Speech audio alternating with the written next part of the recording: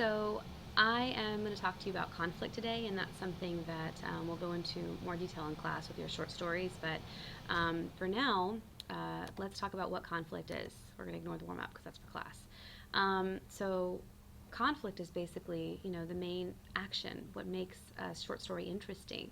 Um, so I'm going to look at conflict in terms of our plot diagram so you can understand where that would happen. So let's see if you can see that. So expository is, kind of the basic information of, the short story. We're just learning about it, the setting, the character. But as you get into like rising action, for instance, that's where our conflict is introduced. And so at that point, we're aware of what the problem that the character's facing is. We're aware what the problem is. And then as we get into the climax at the very top of our plot diagram, that is where the character is facing it head on. They're trying to overcome their conflict, whatever it might be. And then here we have our falling action, so things are starting to work out over here on this side of our plot diagram. And down here we have our resolution. No, it's kind of hard to see. And resolution means resolved, right? So that's where our conflict is resolved. So that's how it works in terms of our plot diagram. But going through, there are two basic kinds, and they all fall under external or internal conflict. So external means that the character has a problem with someone or something outside of themselves.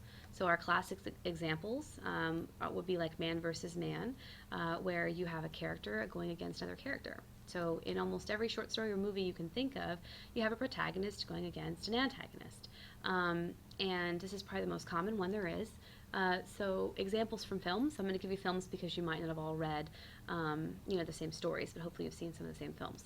So Superman versus Lex, or Batman versus Joker, for instance. That would be Man versus Man. Okay. And I hope you're taking notes. Remember to take notes. Man versus nature. So that would be, a person going up against, like it says, nature. So if they're, in the middle of a boat in the middle of the ocean, that is probably nature, waves and such, and weather. If they're stranded, like Castaway on an island, that would be man versus nature. If even, they're driving following a twister, right, like the movie Twister, that would be man versus nature. Okay. And that also includes beasts as well.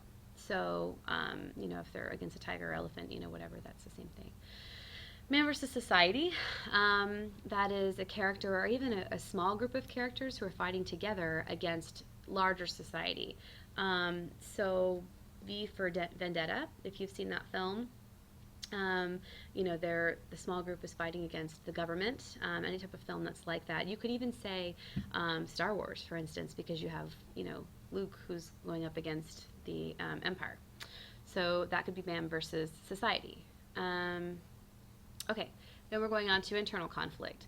Now, when I say internal conflict, that means the problem is within themselves, right? So man versus self is the most common one. And I'm also going to refer to this as like a moral dilemma, because when you are battling or struggling to make some kind of moral decision, that really does go into man versus self. And Star uses moral dilemma on there. They use morals. So I need you to understand the difference, that you're struggling between a right or wrong choice. That could be seen as internal conflict. Examples of man versus self, if you have someone who's struggling to make a decision, someone who's struggling with sanity, so like Beautiful Mind, that could be man versus self.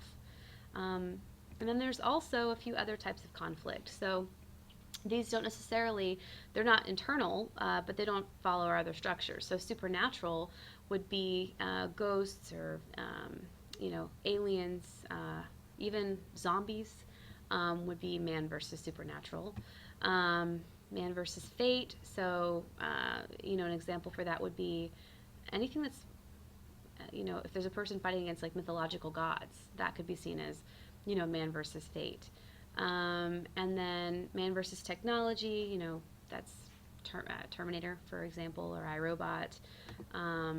Those would be good examples of that.